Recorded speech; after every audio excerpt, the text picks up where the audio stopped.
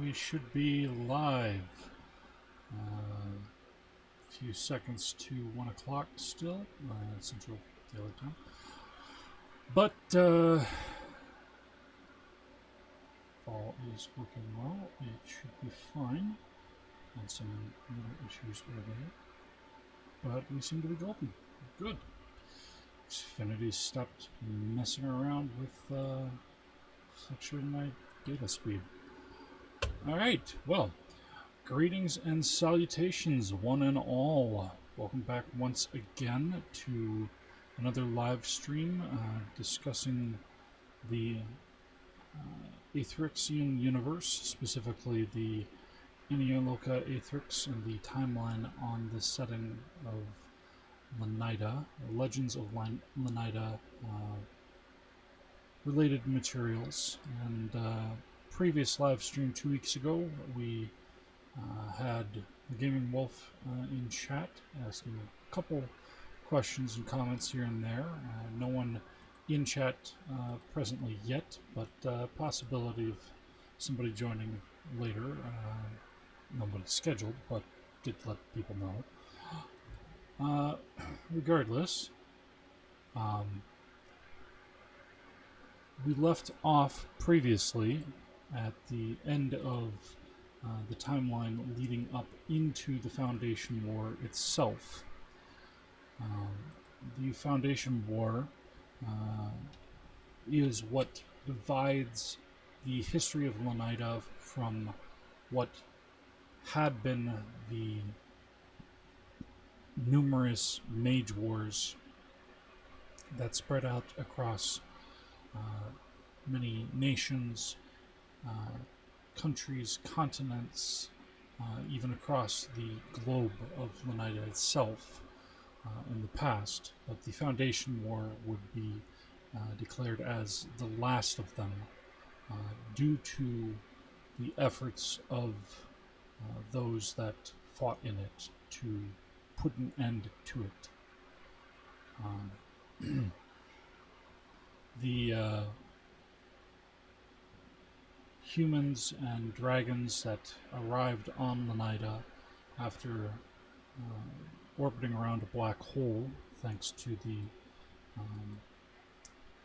support of the last station, which helped them traverse from a previous Aetherix over into the Loca Aetherix, unfortunately did not stop them from waging war upon nearing the planet and realizing that they were being forced to settle it together and to deal with everything that had either been fostered there by probes of the last station or evolved naturally in difference from what had been set up originally, but determined to be safe enough to leave on Lenida rather than exterminating it for how it would affect the development of life that would be necessary for survival for humanity and dragonkind.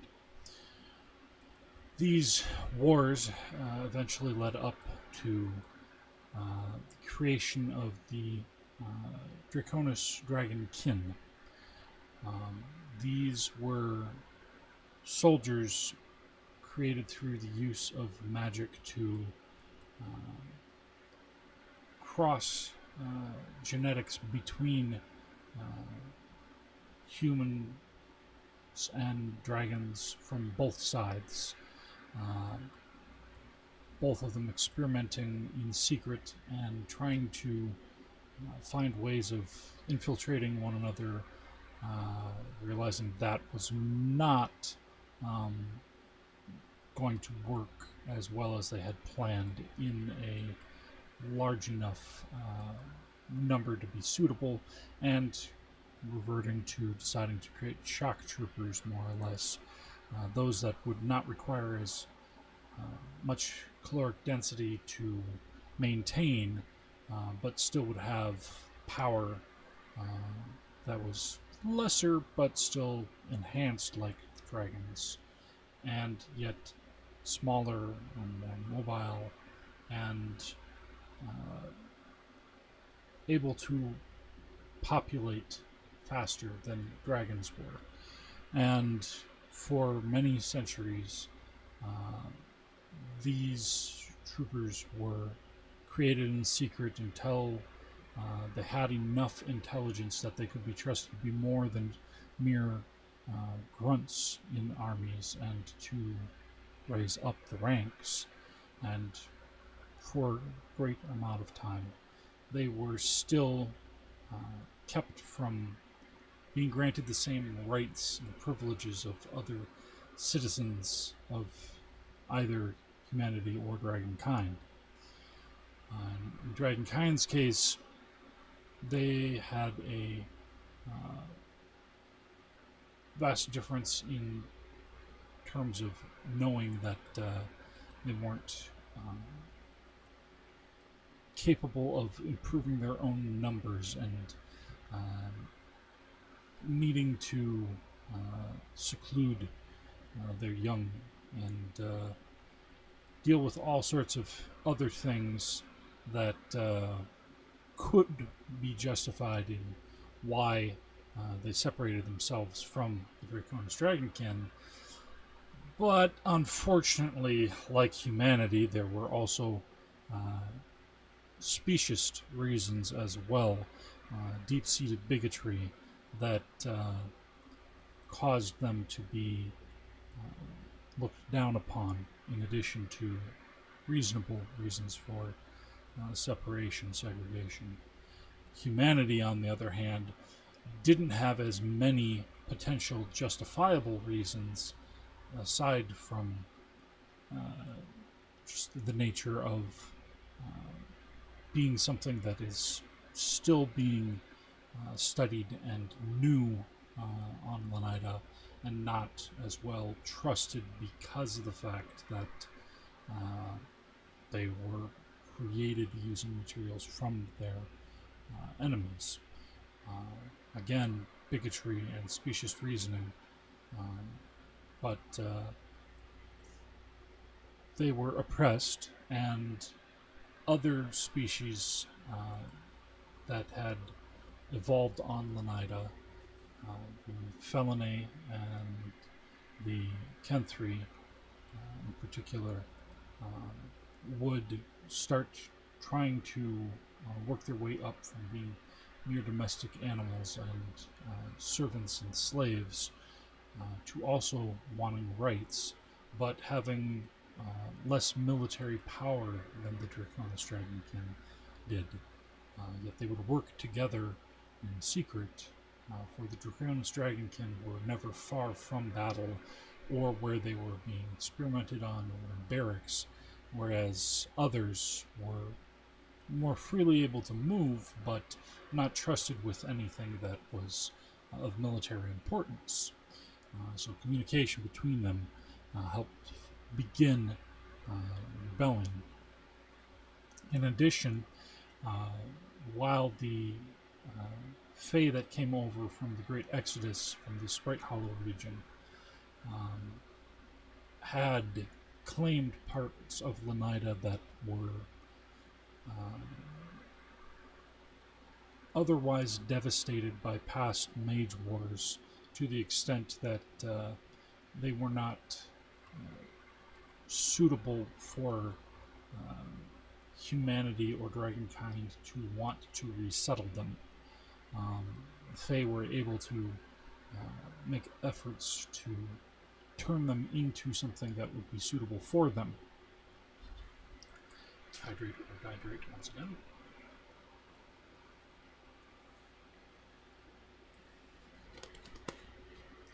The naiads were able to easily enter into the oceans and the rivers, and with effort clean waters for those that hadn't already come to Lenida earlier and left for the stars, those who had guided some of the Fae to Lenida in the first place. But they worked to ensure they would not become too corrupted by the arcane pollution and wild magic, while the other Fae sought other ways of revitalizing the territories that they were granted.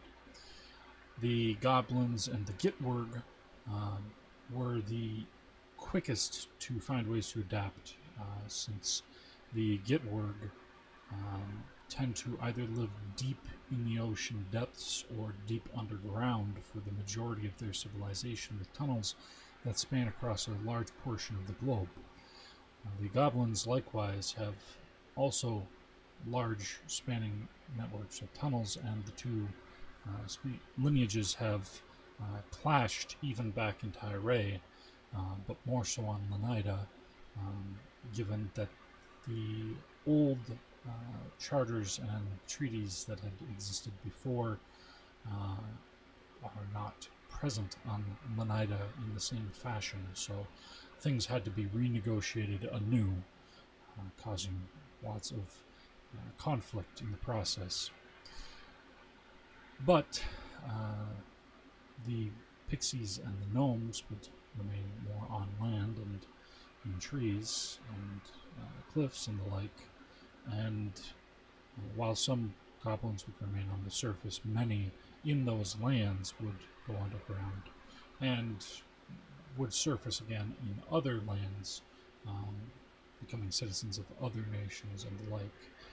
But the goblins and the Gitwurg, with their networks, were able to provide a lot of traffic, goods, and services that the growing rebellion was able to use at the beginning of the Foundation War.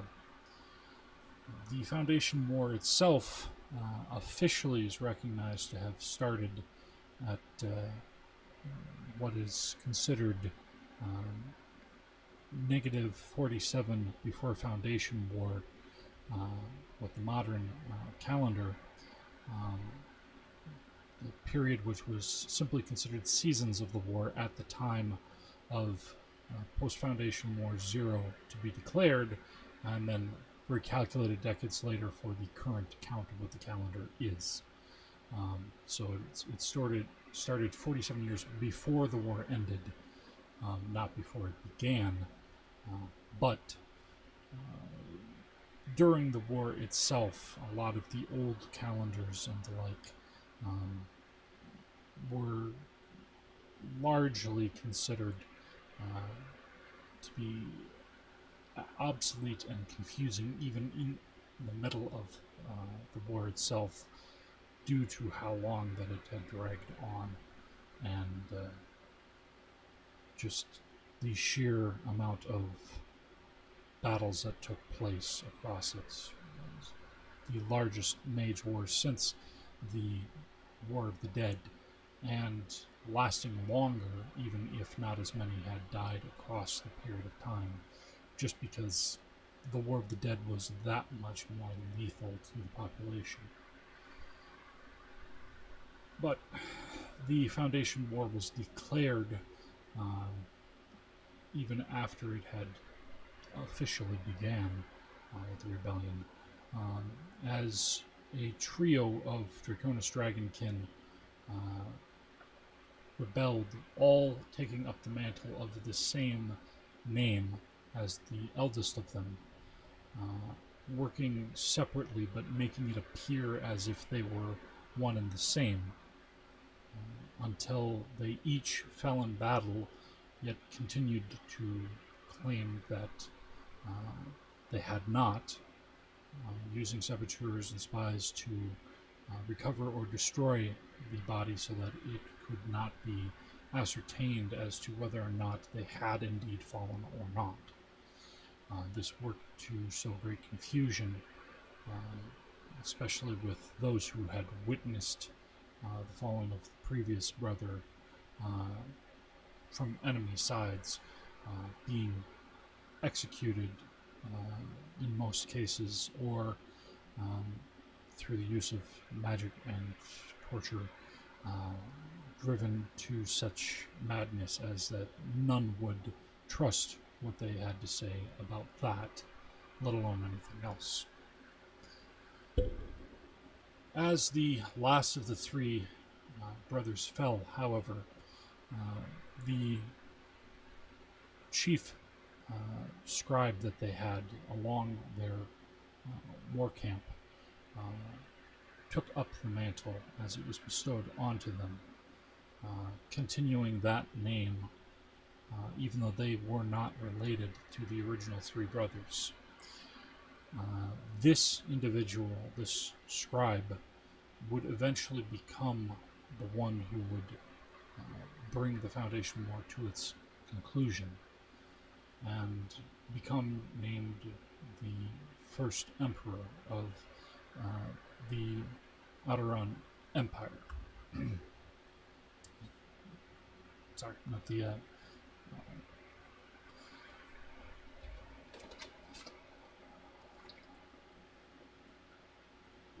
Great Sworn Empire.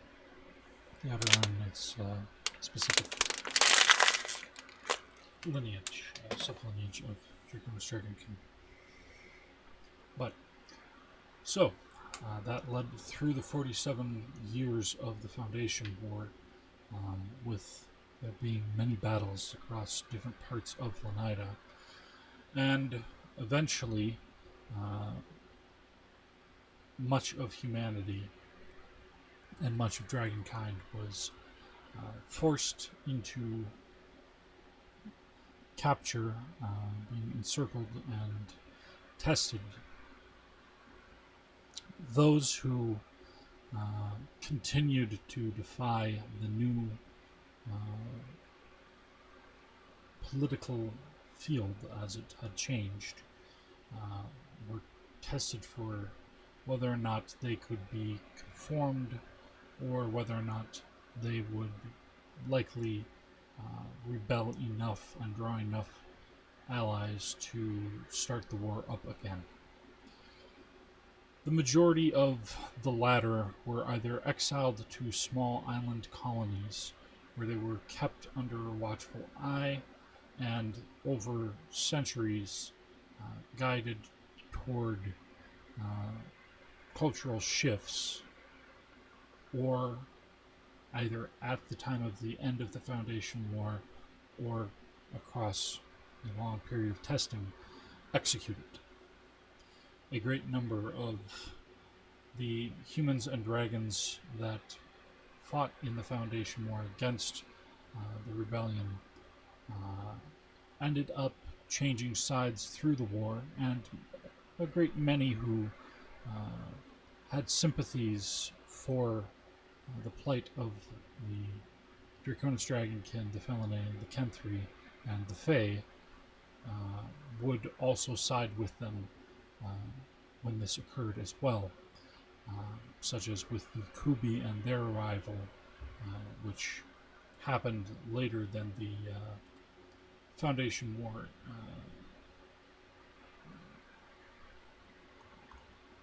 itself, but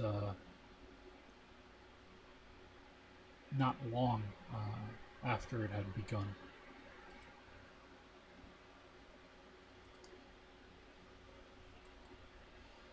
Alright. It's an absolute oven today.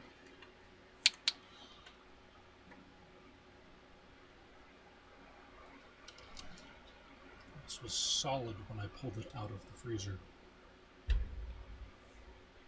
It's now half melted from just about 20 minutes. Oh, 40 now, but 20 minutes before the thing started. Alright, let's pull up the map of Lenida once again.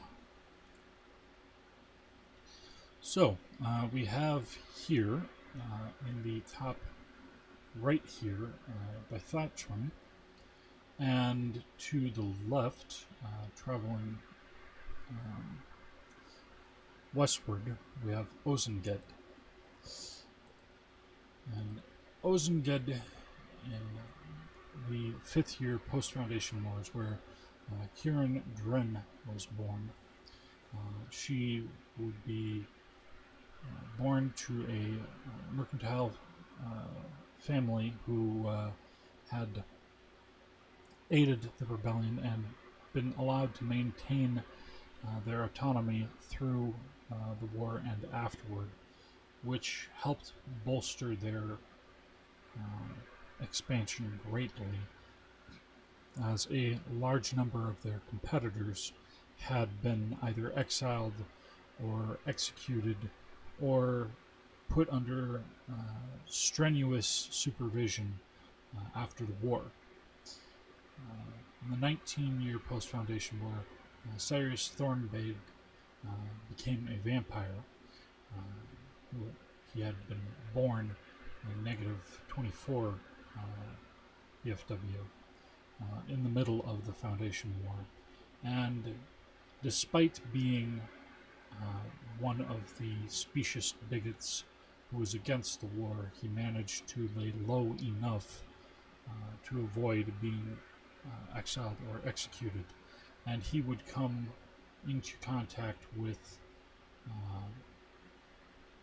Count Savrik Valzildur and his daughter Metka Valzildur, and their servant Railvas, who had come from Surseki, or Sarsand.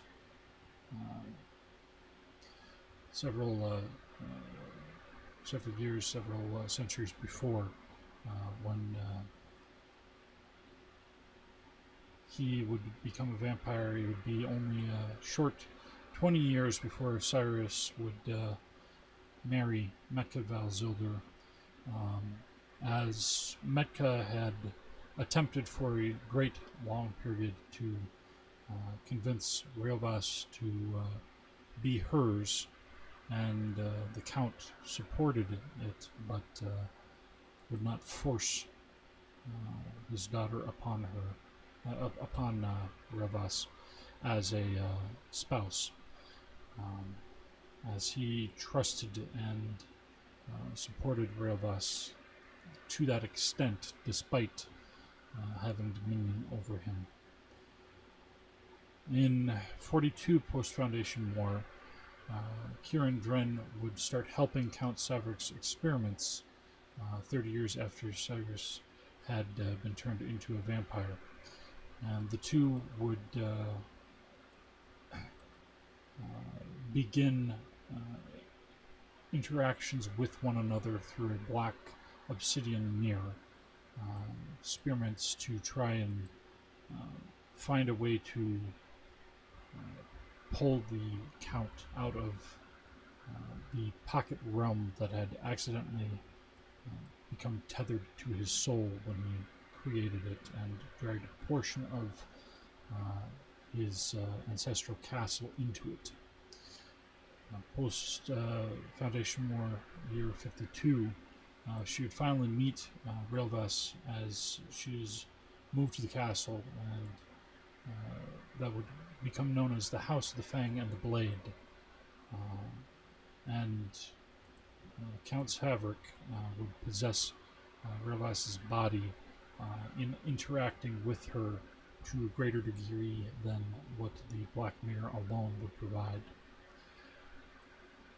In post-Foundation War, year 54, Caitlin Corvin summoned Celestial Ancestor would finally die, defending Sarsund from invasion.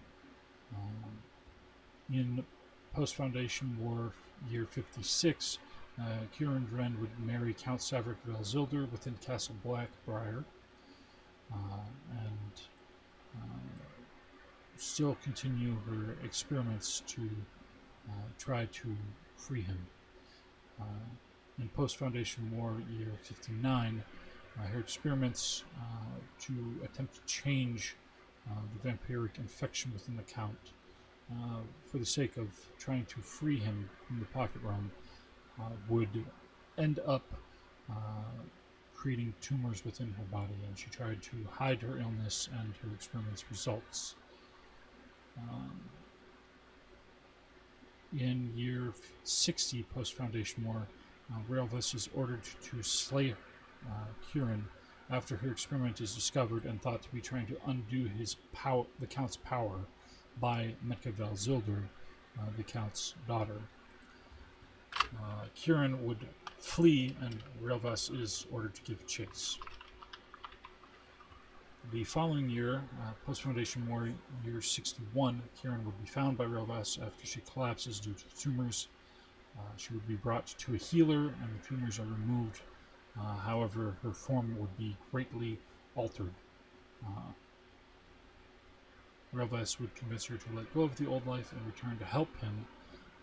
Kieran Dren becomes Kier Braddock and becomes a vampire. Sirius is 45 years after having been turned, and Kier is at age 56 at this time. Kier, unlike Kieran, appears to be masculine, and over time, this change, due to the surgery to save Kieran's life, would become natural, and some previous gender dysmorphia, dystrophy, would be realized internally, and the new form would be more greatly accepted by Kieran as time would go on over the centuries of having become a vampire. In 67 post-Foundation War, Kier and Revas betray Count Savrik and the Thornbathes. Sirius is 50 years after having been turned, and the connection between the Pocket Realm and the House of the Fang and Blade would be severed, with Metka and Sirius and their servants being imprisoned on the island without any vessel to leave it. This would continue for several centuries, with them having to rely upon what birds and fish near the shore could be captured for their sustenance, and long periods of torpor.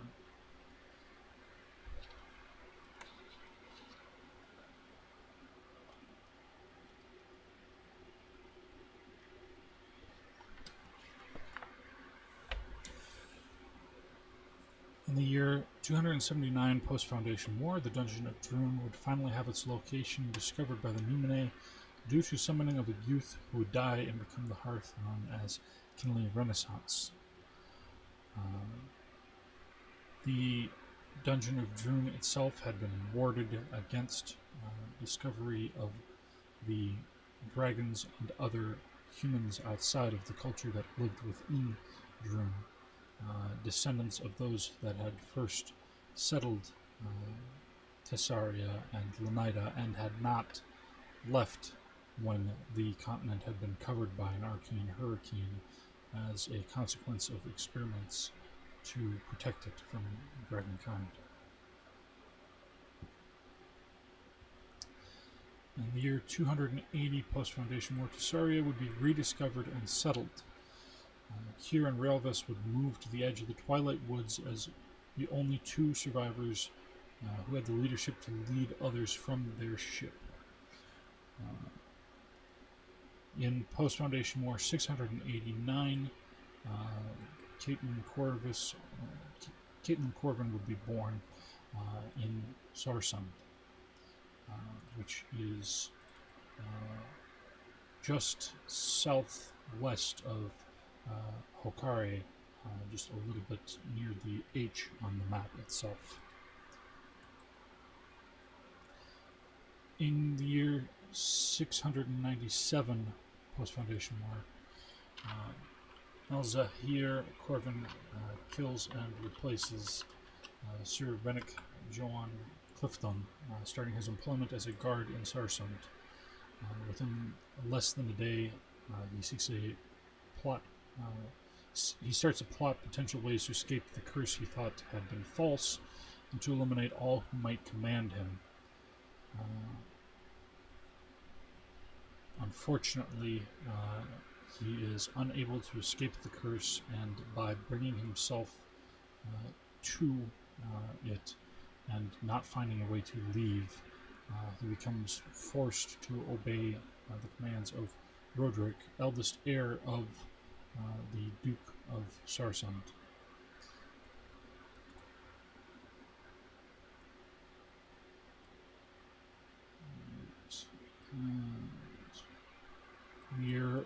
704 post-Foundation War is when the book The Dross of Sorrow, first of the Forge of Twilight books, will be beginning. And that will follow largely Caitlyn's life in Sarsund, leaving it and encountering the Thornbades and Count Valzilver, Railvas, and the others. And eventually, in 719, post-Foundation War, 15 years after that, Dunkelstadt would be formally founded, though still barely more than a village after everything that had happened leading up to its change in title from what it had been before, and the proper structure of a settlement being more than just simply Koldash Keep in the Twilight Woods and the surrounding swamp, with raised farmed land in the area, to proper houses and roads that would begin, especially with materials that had been reclaimed from Castle Blackbriar following the events within the Forge of Twilight. In the year 720 post-Foundation War, the Council of Roses would be formed. The Council of Roses starts in Dunkelstadt and expands outward across Lenida, working to specifically keep an eye on those with the Vilver virus that is vampiric, and the Lunmeyer Lunas virus, and other potential sources of great power and influence that could spread rapidly through population of Lenida, as well as locating and obtaining certain relics and inventions that should be kept from society until a point where they could be determined to be safe enough for common usage. For most of Lenida, their influence is more through rumors than actual action, due to how thin that they are spread in order to keep secrecy. In the year 924 post-Foundation War, the Unor Forest Rebellion was quashed, and with the battlefield eventually having a city built upon it, which would become known as Ashencry. Post 100 and post 1008, Kestrel Alrus creation is finished on Tessariel by Jerif Alrus, one of the last original survivors of the landing on Lenida, who had come out of stasis with knowledge of the time before Lenida was settled and before the Aniloka Aethrix was explored. Jerif Alrus was still young, but had a great amount of knowledge of technology, not so much of magic, and had a lot of adapting and adjusting to learn how to create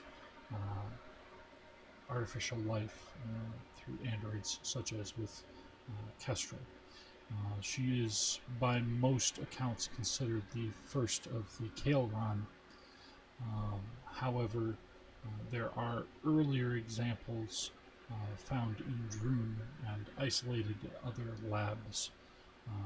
However, the vast majority of these no longer were functioning, and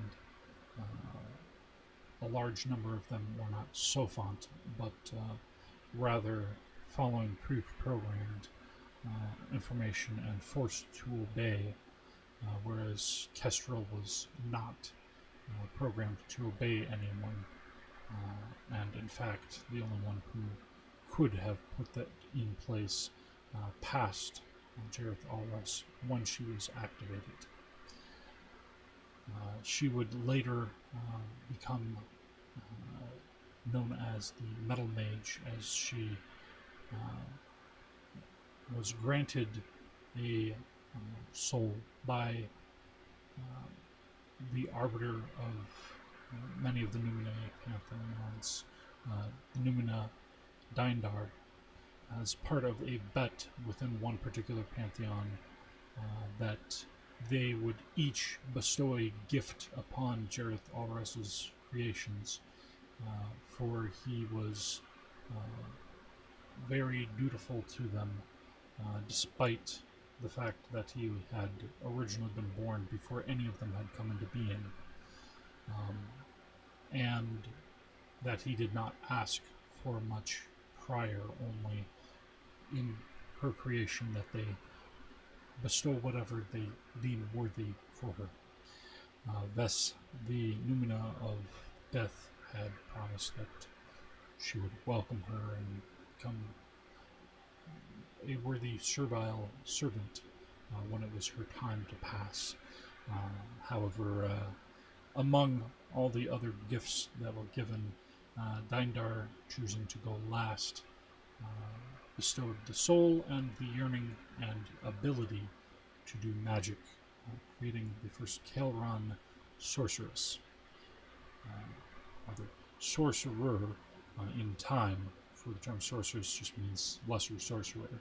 It's not actually a gendered term, though in modern usage it's considered such by some people.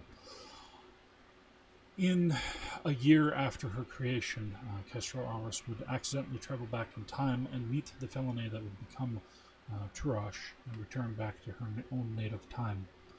In the year post-Foundation War 1010, the war for Tessarian independence would begin, and at the same time a cult would rise that would attempt to weaken the defenses of the Bodal within Lenida and cause an Adakria avatar to be summoned onto Lenida itself. The Adakria being the ordered beings made of energy that consume matter, that are often called God Eaters alongside the Prager, who are beings of matter that consume energy. Needless to say, working to put a stop to that cult and saving Lenida from great devastation did wonders in helping to negotiate Tessaria being granted its independence from the Great Sworn Empire. And so in year 1014 post-Foundation War, it was granted its independence.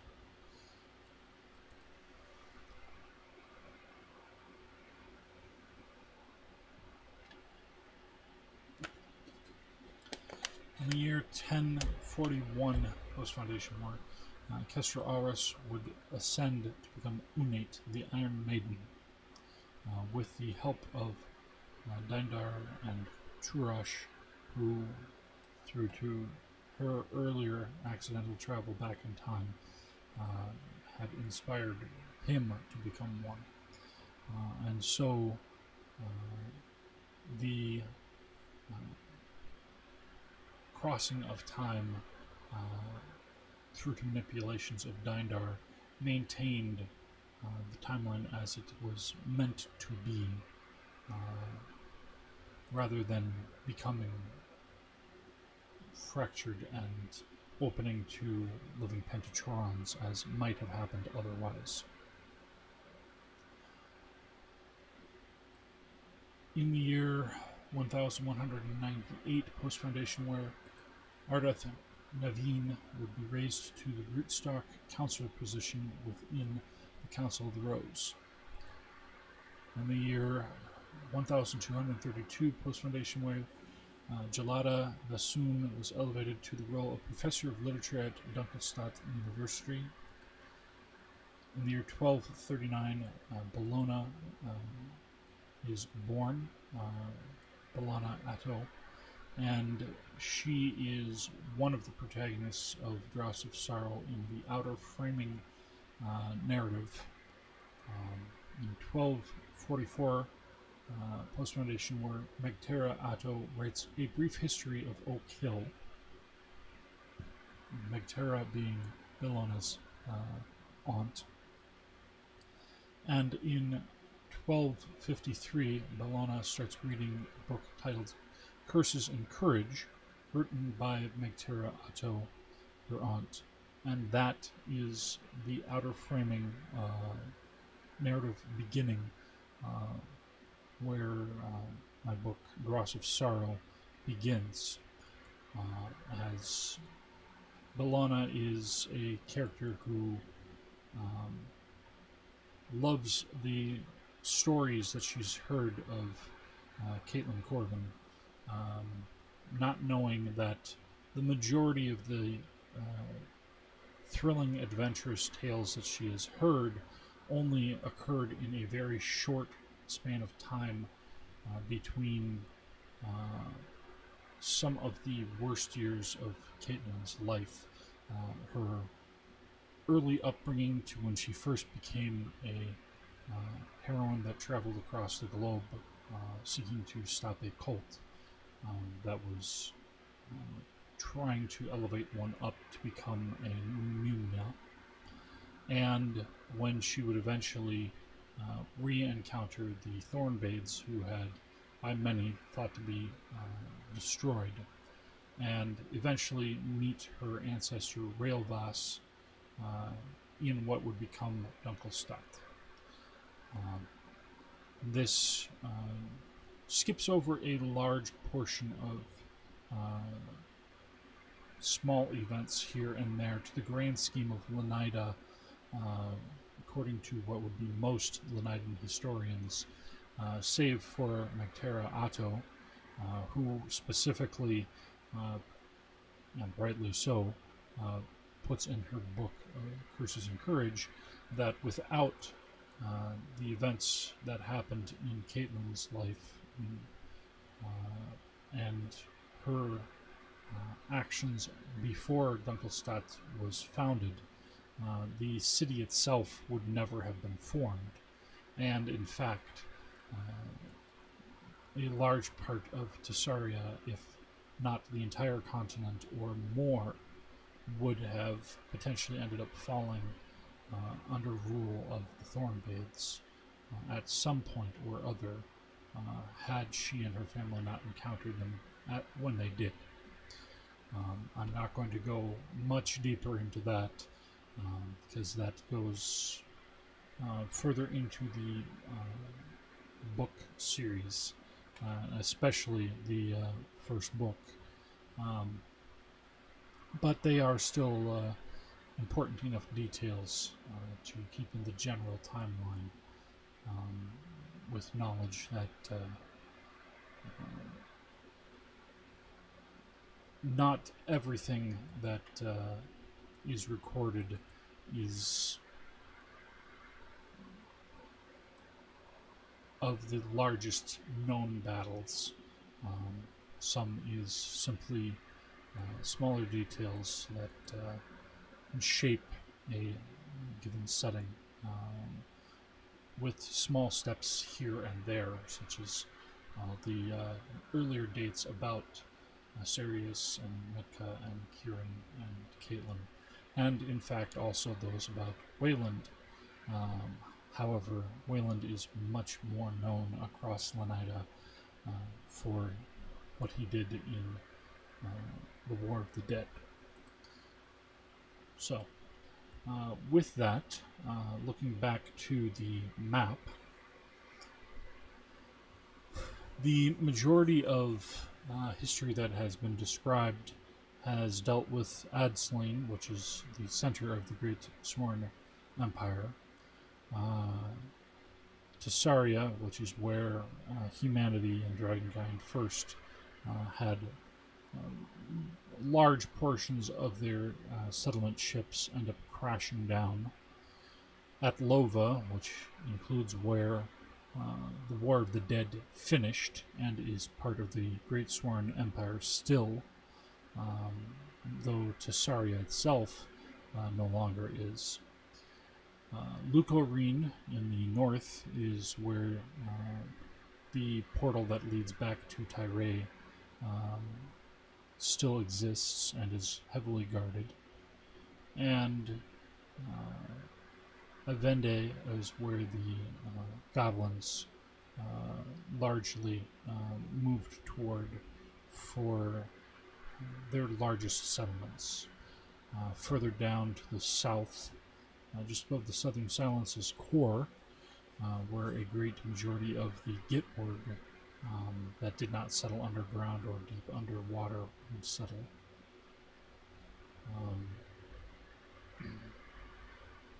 Pokare, as mentioned earlier, has Sarsund is the capital of the island that is to the southwest of the H there. Hokare and Siktar and Ithatrum, despite the distance between them in this large V shape, are all part of the same federation. Espis is where the Kenthri had evolved and been granted many settlements at the end of the Foundation War. There's ample amount of room to move, given how they are larger than many of the other lineages on Lenida. Grechi and Ozenged and Bithatrum have their own parts in the history of Lenida to varying degrees, but they are not as noticed as many. Niljaka specifically split off from a large portion of humanity and Dragonkind long before the Foundation War, and still have some ancient experiments that are buried there that they would rather ignore and pretend do not exist. Rydarchus, further over to the west, is where some of the remnants of the crashed ships ended up landing, splitting on entry between Tessaria and Rydarchus. And it is also where a great many rocky and desert settlements formed, including some religions on Lenida. The Southern Silence and the Frozen North both have some settlements here and there, but for the most part, due to how they do not have much in the way of months that aren't deep winter, there isn't really, except underground, a lot that is grown there. It's more a lot of fishing and hunting of animals that can survive.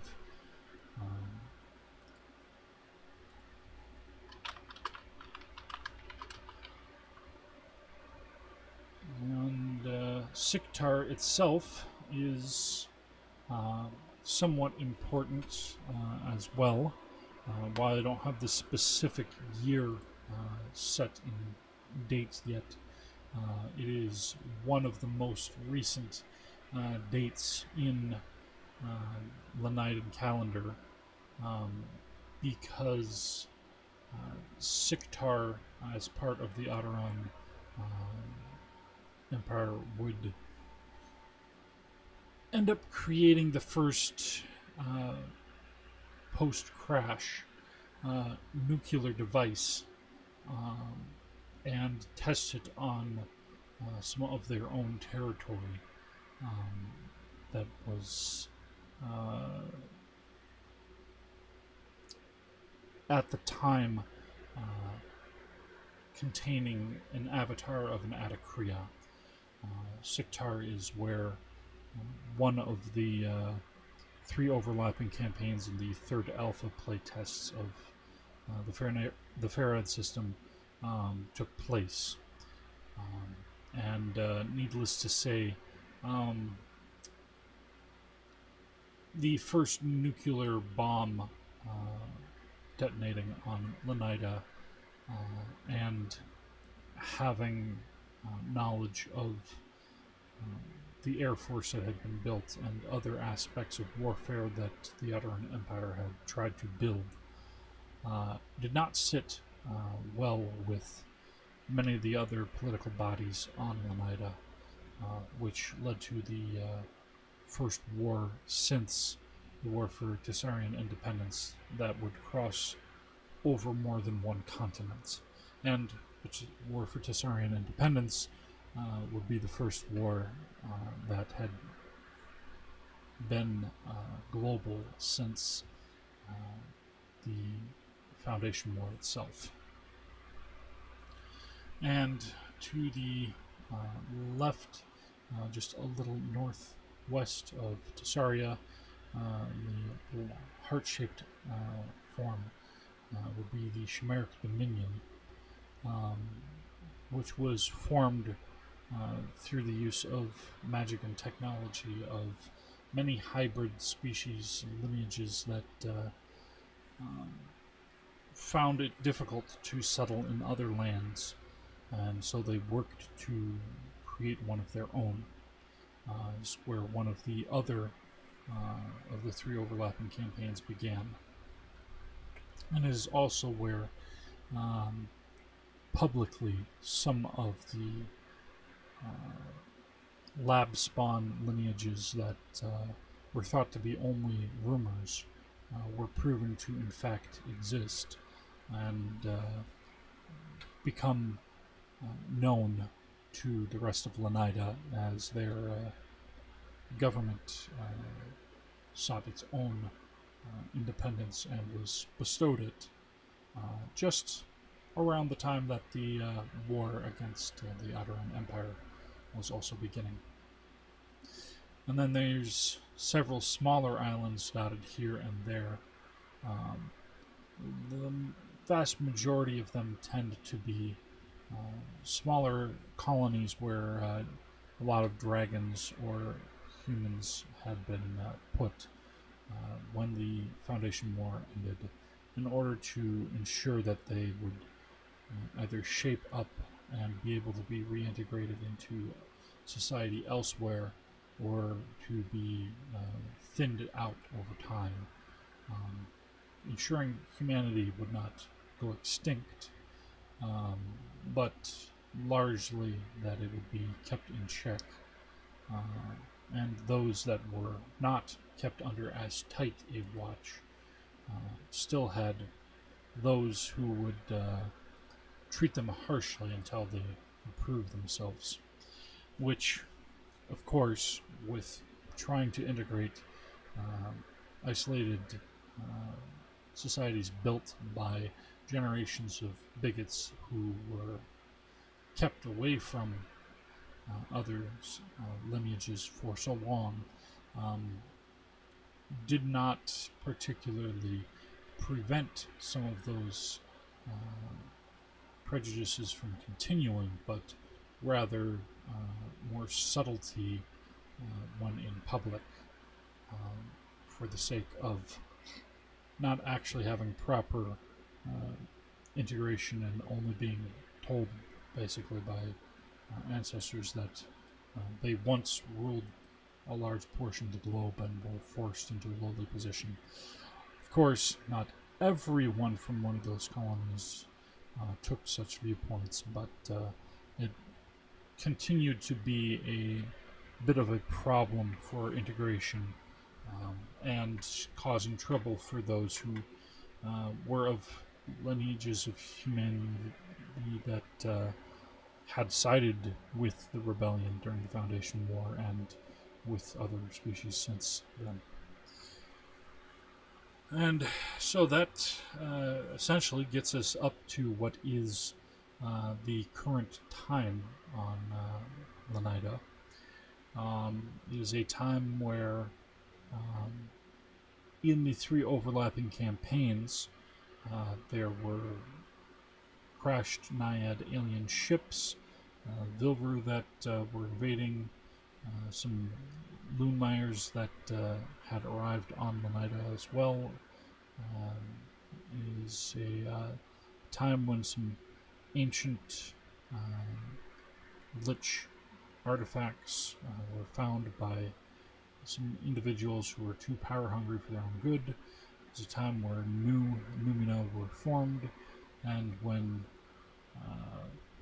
some old ones worked to manipulate some of their champions into furthering some of their goals, while other things were occupying the time of those who sought to keep them in check. It was a time when avatars of Numine and Prager and Adakria would walk upon Lenida, and when even an entire mile-wide crater would be formed by a particular avatar of a Prager that sought to burrow its way toward the center of Lenida to consume the Bodil in the core. It was thankfully put to a stop,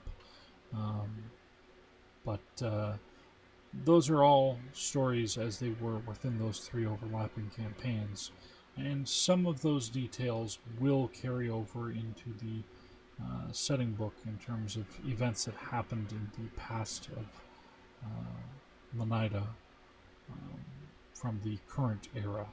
And some of those details will be adjusted and some left more vague or left out. Not every person who's playing on Lenida is playing with the Aniloka Aetherix and its own particular history. Some may choose to play in some of the older eras, such as during the War of the Dead, during the Foundation War, during the War for Tessarian Independence, or even during the Lenida's original settlement or the modern era. But suffice to say, that is a broad, very loose summary of the rest of the timeline to the modern era. During the modern era, there are underground trains along some of the Goblin and Gitwork tunnels, largely along the Goblin ones. There are airships that travel from continent to continent and within continents.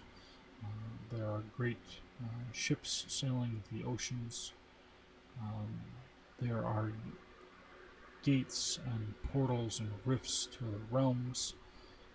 And there are a great number of threats that still exist from ancient ruins that exist back to before the Foundation War, when there were other mage wars, and hidden experiments kept away for the sake of trying to find something suitable to pull one over on the dragons, or ancient dragon artifacts that were hidden away for potential use against humans in the future, but too dangerous to be anywhere where younger dragons might accidentally utilize them and reveal their location and risk humans turning them against them. So there's a mixture of magic and technology, largely considered diesel punk fantasy. And that is what the Legends of Lenida setting is like. I will figure out what will be the next session, next live stream in 2 weeks from now. Not entirely certain as of yet. A few ideas rattling around, including possibly going over some of the lineages on Lenida in more depth. But we'll see. And for now, we will end the broadcast and leave off there. So